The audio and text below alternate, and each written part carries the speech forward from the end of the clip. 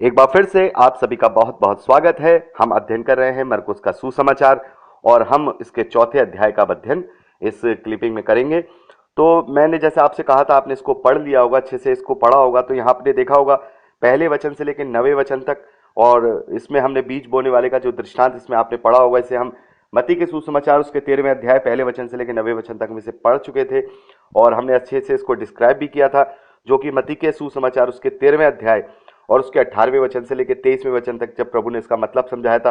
उसे भी हम समझ चुके थे। और जो यहाँ पर 13वें वचन से लेकर के 20वें वचन तक लिखा है, और यहाँ पे जो 10वें वचन से लेकर जो 12वें वचन तक जो दृष्टांतों का उद्देश्य है, प्रभु यीशु मसीह का जो उद्देश्य है कि वो दृष्टांतों में बातें करते हैं। तो उनसे पूछा गया कि आप क्यों दृष्टांतों में बातें करते हैं, तो उसके विषय में भी उन्होंने जो है मत्ती के हमने सुसमाचार के उसके 13वें अध्याय उसके 10वें वचन से लेकर 17वें वचन तक बहुत अच्छे से उसका अध्ययन कर लिया था। तो यहाँ हम देखते हैं 20वें वचन तक, पहले वचन से लेकर 20वें वचन तक हम इसको अच्छे से मत्ती के सुसमाचार में अध्ययन कर चुके हैं। लेकिन यहाँ पर हम देखते हैं 21वें वचन से लेकर के जब हम इसे 29वें वचन तक पढ़ते हैं, तो ये बातें हम जो है मत्ती के सुसमाचार में कहीं कहीं अलग अलग जगहों पे पाते हैं। कुछ कुछ चीजें किसी किसी चीज से रिलेशन रखती हैं, लेकिन किसी स्पेशल, जैसे यहाँ पर इसको लिखा गया है, इसको एक अलग तरीके से हम देखेंगे मत्ती के सुसमाचार में, तो वहां पर उसे नहीं लिया गया। जैसे भी मैं इसको आपको 21वें वचन से लेकर 29वें वचन तक पढ़कर हम इसको डिस्क्राइब करेंगे, तो हम समझेंगे कि कौन सी चीजें किस प्रकार से मत्ती के सुसमाचार में भी हम थोड़ी थोड़ी इनको पढ़ चुके। तो यहाँ प्रभु यीशु मसीह ने एक दीपक का दृष्टांत दिया है। देखिए यहाँ प्रभु कहते हैं, उसने उनसे कहा, क्या दिए को इसलिए लगाते हैं कि पैमाने या खाट के नीचे रखा जाए,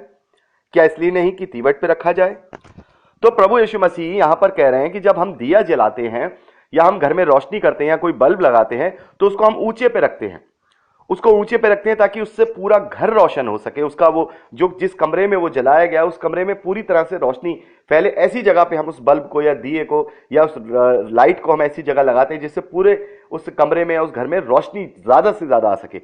कोई भी लाइट का बल्ब है या दीपक है, वो कोई खाट के नीचे नहीं रखता या छिपा के नहीं रखता, कोई ऐसी जगह पे उस बल्ब को नहीं लगाया जाता जिससे उसकी रोशनी दब जाए। तो प्रभु यीशु मसीह कहते हैं कि जब हम दिया या दीपक को रखते हैं तो ऐसी जगह रखते हैं कि जहां से उसकी रोशनी पूरी हो, ताकि उसकी रोशनी से जो उस कमरे में रखी हुई चीजें हैं वो पूरी तरह से हमें दिखाई देने लगे। कोई भी चीज ऐसी ना हो जो हमें दिखाई ना दे और वो हमसे छिपी रह जाए। तो प्रभु यीशु मसीह कहते हैं 22वें वचन में, क्योंकि कोई वस्तु छिपी नहीं परंतु इसलिए है कि प्रकट हो जाए, और ना कुछ गुप्त है पर इसलिए कि प्रकट हो जाए। यदि किसी के सुनने के कान हो तो वो सुन ले।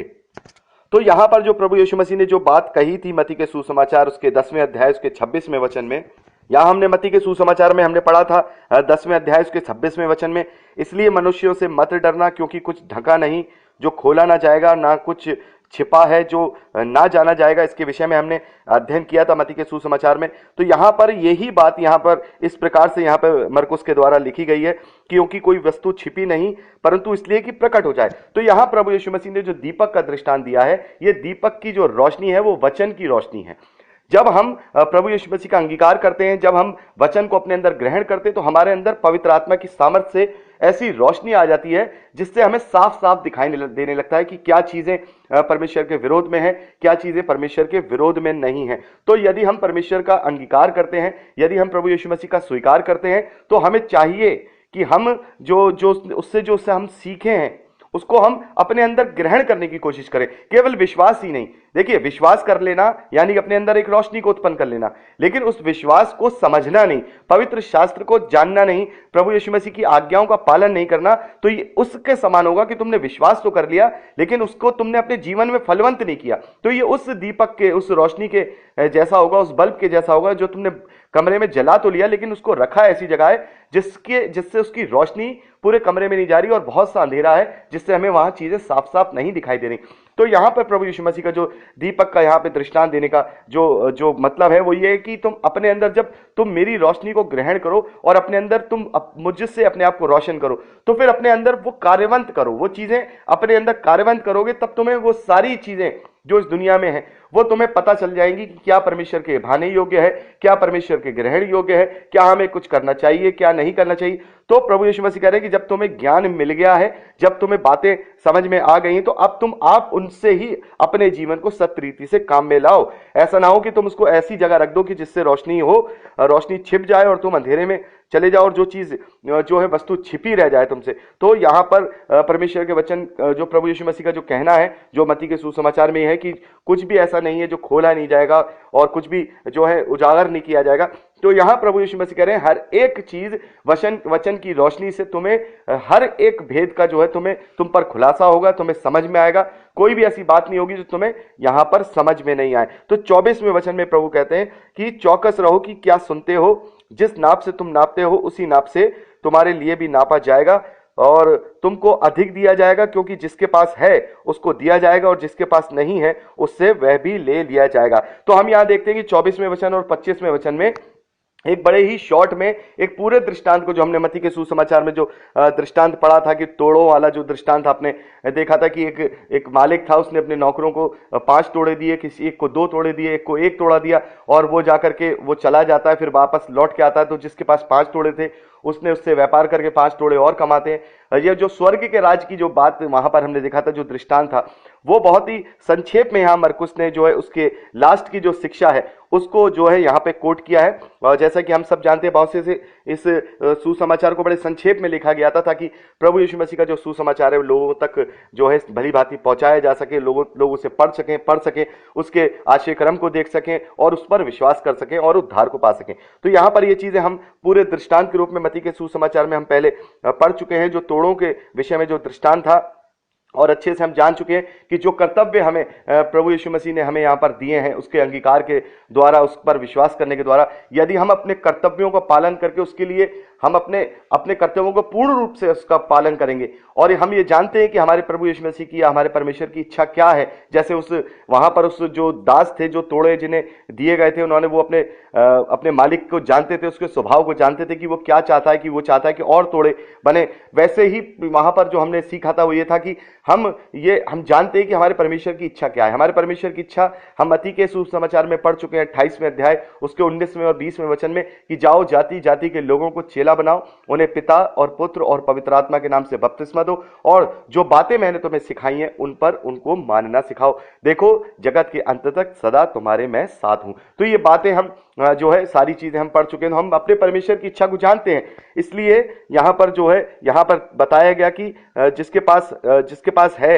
उसे और दिया जाएगा, यानी जिसने अपनी धार्मिकता को, जो प्रभु यीशु मसीह की जो धार्मिकता उसे सेंतमेत में मिली है, उसे जब वो ग्रहण करता है और उससे और अन्य लोगों को क्या करता है, और अन्य लोगों तक अपनी उस धार्मिकता को या उस सुसमाचार के प्रचार को पहुंचाता है, या अपने व्यवहार से या अपनी रोशनी से उनको भी रोशन करता है, तब तुम क्या करते हो, उसके लिए और आत्माओं को जीतते हो, उसके प्रचार को जीतते हो, तब तुम अपने कर्तव्य को पूरा करते हो। जब तुम्हें जो धार्मिकता उसने दी थी उससे भी बढ़कर जो स्वर्ग के राज में तुम्हें धार्मिकता मिलेगी वो तुम्हें दी जाएगी, लेकिन तुमने उस पर विश्वास करके अपने आप को पीछे कर लिया और अपने जिम्मेदारियों को, जो एक मसीही विश्वासी का जो कर्तव्य है उसको निर्वाह नहीं किया, तो तुमसे वो धार्मिकता ले ली जाएगी जिससे सोचकर तुम बैठे हो कि इस धार्मिकता के द्वारा मेरा उद्धार हो जाएगा। तो ये सारी चीजें हम इस प्रकार से डिस्क्राइब कर चुके हैं और इसको मैं शॉर्ट में भी डिस्क्राइब करता जा रहा हूं। फिर उसने एक उगने वाले बीज का जो दृष्टांत है वो 26वें वचन से लेकर 29वें वचन तक हम देखते हैं कि यहां पर प्रभु कहते हैं कि परमेश्वर का राज्य एक ऐसे मनुष्य, जैसे कोई मनुष्य भूमि पर बीज छींटे, यानी भूमि पर जो बीज गिर जाते हैं गलती से छींटे, और रात को सोए और दिन को जागे, और वह बीज ऐसे उगे और बढ़े कि वह ना जाने। पृथ्वी आप से आप फल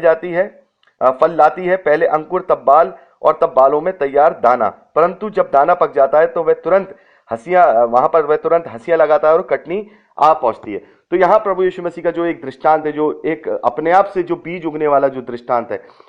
प्रभु कह रहे हैं कि अगर कोई, मान लो अगर कोई रास्ते में बीज लेके जा रहा है, वो बीज जो है किसी भूमि पे गिर जाता है, तो वो क्या होता है, वो उस बीज की, उस भूमि की खासियत से, उस पृथ्वी की, जहां पे जो पृथ्वी की बात कहेगी, उस भूमि की खासियत से वो आप ही आप बढ़ता है और फिर लोग उसके फल को खाने पाते हैं, उसकी हंसियां लगा करके, मतलब उस दाने को काट लेते हैं, और वो अपने अपने स्टेप बाय स्टेप वो चीजें उसके अंदर होती हैं। जैसे इसमें प्रभु ने 28वें वचन में कहा कि पृथ्वी तो अपने आप फल लाती है, पहले अंकुर होता है, फिर उसके बाल निकलते हैं, फिर बालों में जो है दाने तैयार होते हैं। ये सारी चीजें स्टेप बाय स्टेप होती हैं। तो यहाँ पर प्रभु यीशु मसीह वचन के प्रचार के विषय में यहाँ पर प्रभु कह रहे हैं कि यदि तुम किसी को परमेश्वर के वचन का या उस सुसमाचार का प्रचार करोगे तो वो उस अंकुर के समान है कि यदि वो उसको सुनेगा, वो उसके योग्य होगा कि वो उसके अंदर वाकई में परमेश्वर को ढूंढने की इच्छा होगी, वो परमेश्वर को जानना चाहता होगा, वो परमेश्वर को पहचानना जानना चाहता होगा, तो उसका जो जैसे धरती अपने आप कार्य करती है, सारी चीजें स्टेप बाय स्टेप, उसके जो अंकुर होता है, अंकुर निकलता है, फिर उसमें पेड़ बनता, मतलब पौधा बनता है, फिर उसमें दाना होता है, वैसे ही उसके जीवन में वो आपने जो वचन पिरो दिया, जो प्रचार करने वालों ने या मैंने और आपने, किसी ने भी किसी भी व्यक्ति के मन में अगर वो प्रभु यीशु मसीह के प्रेम को जो है पिरो दिया या बो दिया, तो अगर वो उसके ग्रहण योग्य है और वो चाहता है परमेश्वर को ढूंढना, तो ऑटोमेटिकली परमेश्वर उसके लिए रास्ते और उसके लिए सारा निजाम बनाएंगे कि वो उसको जाने और उसमें जान करके वो उस फल को काटने वाला बन सके, यानी अपने आप को वो बचाने वाला बन सके। तो बहुत से लोग ये प्रश्न करते हैं, ब्रदर हम उन्हें किसी को समझाते हैं लेकिन वो मानते नहीं है, वो हमारा ठट्टा उड़ाते हैं, क्या करें, उन्हें कैसे समझाएं, उन्हें क्या करें। तो मैं उन सभी भाई बहनों से कहना चाहता हूं कि हमारा काम किसी के ऊपर प्रेशराइज करना नहीं है कि जबरदस्ती हम किसी के पीछे पड़े कि आपको ये मानना है, आप ये मानिए, आप ये मानिए, नहीं। आपका काम केवल बीज रोपना है, आपका काम केवल परमेश्वर का वचन सुनाना है। यदि वो इस योग्य होगा, वो भूमि या वो मनुष्य इस योग्य होगा, तो वो फलवंत होगी और उसको करने के लिए मेरे और आपकी निगरानी की जरूरत नहीं है, फिर परमेश्वर उसे अपनी निगरानी में ले लेता है। जैसे कि अगर बीज किसी अच्छे भूमि पे गिरता है, तो अगर वो भूमि इस योग्य है कि वहां वो बीज पनप सकता है, तो वो स्टेप बाय स्टेप करके वो जो है पूरी तरह से दाना देने के लायक हो जाता है और फिर उसकी कटनी भी हो जाती है। उसी प्रकार से अगर हमने किसी मनुष्य के अंदर बीज बोया है, तो हमने बीज बो दिया, अब वो इस योग्य होगा तो परमेश्वर उसके लिए सारे इंतजाम कराएगा। हो सकता है बीज मैं डालूं, हो सकता है परमेश्वर किसी और का इंतजाम करे, वो उसको पानी और खाद का इंतजाम कराए, और हो सकता है कि उसको कोई और सुसमाचार सुनाए। हो सकता है यहां पर मेरे साथ बहुत सारे लोग ऐसे जुड़े जो प्रभु को ग्रहण किए हुए हैं, तो किसी और से सीख करके पहले या किसी और से सुन करके प्रभु को ग्रहण किए, लेकिन अब मैं क्या कर रहा हूं, मैं उनको वचन से बीज और खाद, उस बीज को वचन से खाद और पानी का वहां पर उनको दे रहा हूं, ताकि वो उस अपने आप को आत्मिक उन्नति में फलवंत कर सके। तो ये परमेश्वर व्यवस्था बनाते हैं ऑटोमेटिकली। अगर कोई ऐसा बीज है जो फलवंत हो सकता है उस भूमि में, या वो ऐसा मनुष्य है जिससे वचन दिया गया है, तो ऑटोमेटिकली वो परमेश्वर की खोज में है और परमेश्वर ऑटोमेटिकली उसके साथ उसके जीवन में वो कार्य करते हैं और वो परमेश्वर के वचन को जानने पाता है। तो यहां प्रभु यीशु मसीह ने कहा कि तुम अपना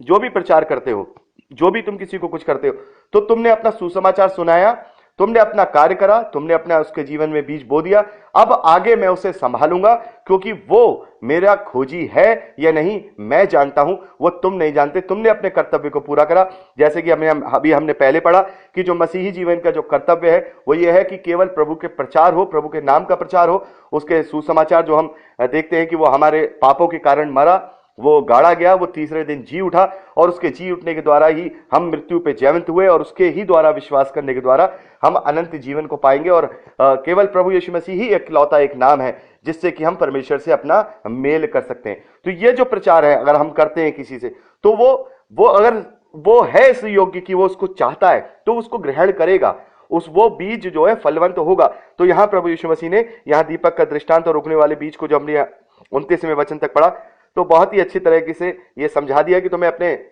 अपनी रोशनी को फैलाना है। तुमने परमेश्वर के वचन को अपने अंदर ग्रहण किया है, तो अब तुम्हें उसको दबा के नहीं रखना है, किसी घाट के नीचे नहीं रखना है, उसको फैलाना है, और फैलाना है पूरे कर्तव्य के साथ, जो कि यहां पर यह बताया गया कि जिस नाप से तुम नापोगे तुम्हें भी नापा जाएगा, और जिसके पास है उसे और दिया जाएगा, और जिसके पास नहीं है उससे वो भी ले लिया जाएगा। जो कि दृष्टांत हम पढ़ चुके थे मत्ती के सुसमाचार में कि हमारे मसीही विश्वासियों के जो कर्तव्य हैं उनको निर्वाह करने के लिए वो बात वहां प्रभु यीशु मसीह ने जो है बताई है। और यहाँ पर जो बीज का जो दृष्टांत हमने देखा कि जो सही भूमि पर अगर वो बीज जाएगा तो वो अपने आप ही फलवंत होगा, फिर उसे हमें उसके पीछे पड़ने की जरूरत नहीं, यानी कि हमें अपनी केवल रोशनी फैलानी है, हमें लोगों को बताना है, बाकी सारा काम पवित्र आत्मा और परमेश्वर पर छोड़ना है कि वो ही इंतजाम उन लोगों के लिए करता है। जैसे कि व्यवस्था विवरण 4 अध्याय 29वें वचन में हम पढ़ते हैं कि यहोवा कहते हैं कि तुम अगर काठ की बनी मूर्तियों के बीच में रहोगे और वहां भी अगर तुम मुझे खोजोगे तो शर्त यह है कि पूरे मन, पूरे प्राण और बुद्धि के साथ अगर खोजोगे तो वहां भी मैं अपने आप को तुम पर प्रकट करूंगा। तो जो लोग परमेश्वर के खोजी होते हैं, परमेश्वर उनके लिए जो है रास्ता बनाते हैं, उनके लिए इंतजाम करते हैं कि वो सुसमाचार को सुने, वो फलवंत हो और वो प्रभु के राज्य में जा सके। तो यहां पर हमने जो है 29वें वचन तक जो पढ़ा, और इसके आगे जो हम 30वें वचन से लेकर के जो हम इसके 41वें वचन तक देखते हैं, तो दो बातें हम देखते हैं। एक तो राई के दाने का दृष्टांत, जो कि मैं आपको पहले हम बता चुका हूं, जो हम पढ़ते हैं मत्ती के सुसमाचार उसके 13वें अध्याय उसके 31वें वचन में और उसके 32वें वचन में और 34वें वचन में ये चीज हम पढ़ते हैं। 30वें वचन से लेकर 34वें वचन में यहाँ पर जो मरकुस के सुसमाचार में 4थे अध्याय में बताया गया है राई के दाने का दृष्टांत, कि कैसे विश्वास निरंतर बड़ा होना चाहिए, बड़ा होता जाना चाहिए। और विश्वास जब एक दिन बड़ा होता है तो ऐसे बड़ा हो जाता है जैसे कि राई का दाना होता है छोटा सा, जब वो फलवंत होता है, जब उसको अच्छी तरह से खाद और पानी मिलता है तो विश्वास ऐसा बड़ा हो जाता है कि छोटा सा राई का दाना एक बड़े विशाल पेड़ में कन्वर्ट हो जाता है। इस चीज को हमने वहां पढ़ा था। और जो आंधी को शांत करना है, जो हमने देखा कि जो आंधी को शांत किया था वहां पर जो उसके साथ चेले थे, वो जो सारी चीजें हमने मत्ती के ही सुसमाचार के 8वें अध्याय उसके 23वें वचन से लेकर 27वें वचन तक हमने इसे पढ़ा था, जो हम यहाँ पढ़ते हैं आंधी को शांत करने के बाद। तो यहाँ पर हम ऐसी कोई भी चीज ऐसी नहीं देखते हैं जिससे कि हम अलग से डिस्क्राइब करें, क्योंकि ये हम देख चुके हैं। अल्पविश्वास के विषय में प्रभु यीशु मसीह ने कहा था कि हे अल्पविश्वासियों, यानी कि हमारा विश्वास अल्प का मतलब ये है कि हम जब हम विश्वास करने लगे, तो यहाँ कम और ज्यादा विश्वास नहीं है। ये जो विश्वास अल्प का मतलब है ये देर तक का विश्वास, यानी कि जब तक उस पर भरोसा रखना है, जब तक कि आखिरी सांस हमारे जीवन में नहीं आ जाती है, मतलब अंत तक धीरज रखने के विषय में यहाँ प्रभु यीशु मसीह जो अल्प विश्वास और पूर्ण विश्वास के विषय में बात करते हैं। हम इसे जो है मत्ती के सुसमाचार में अच्छे से पढ़ चुके हैं। अब समय है कि हम जो है 5वें अध्याय की ओर जाएं, और मैं चाहूंगा कि अगली क्लिपिंग में जब हम इसका अध्ययन करेंगे तो मैं चाहूंगा कि आप इसके 5वें अध्याय को पहले वचन से लेकर आखिरी 43वें वचन तक पढ़ लीजिए। और क्योंकि आप जब इसे पढ़ लेंगे, क्योंकि हम इसको फुल डिस्क्राइब नहीं कर रहे हैं, तो मैं चाहूंगा कि आप इसको पढ़ करके ही ऑडियो क्लिप सुने, ताकि अगर कोई बात रह भी जाती है और मैं बता भी नहीं पाता हूं तो कम से कम आप मुझे उस बात को पूछ सकें कि ब्रदर ये बात आपसे रह गई, आप इस बात को और डिस्क्राइब करिए, ताकि हम अपना जो हम अध्ययन कर रहे हैं वो अच्छे से, बाइबल का जो हम अध्ययन कर रहे हैं वो कंप्लीट तरीके से कर सके। तो प्रभु आप सबको बहुत आशीष दे। Praise the lord. दोस्तों, यदि आपको ये प्रचार पसंद आया है तो प्लीज शेयर जरूर करिए, और अगर आप चाहते हैं कि हमारे और भी वीडियो देखना जो हमने अपलोड किए हैं और जो हम आगे अपलोड करेंगे, तो आप हमारे चैनल को सब्सक्राइब कर लीजिए और वहां बेल आइकन है उसे टच करिए, ताकि जब भी हम नया वीडियो डालें वो नोटिफिकेशन आप तक जरूर पहुंचे। तो दोस्तों, आज के लिए इतना ही। परमेश्वर आपको सुरक्षित रखे, आप आनंदित रहें, परमेश्वर में आशीष पाएं और बढ़ते जाएं, यीशु के सामर्थी नाम में, आमीन। Praise the Lord. जय मसीह की।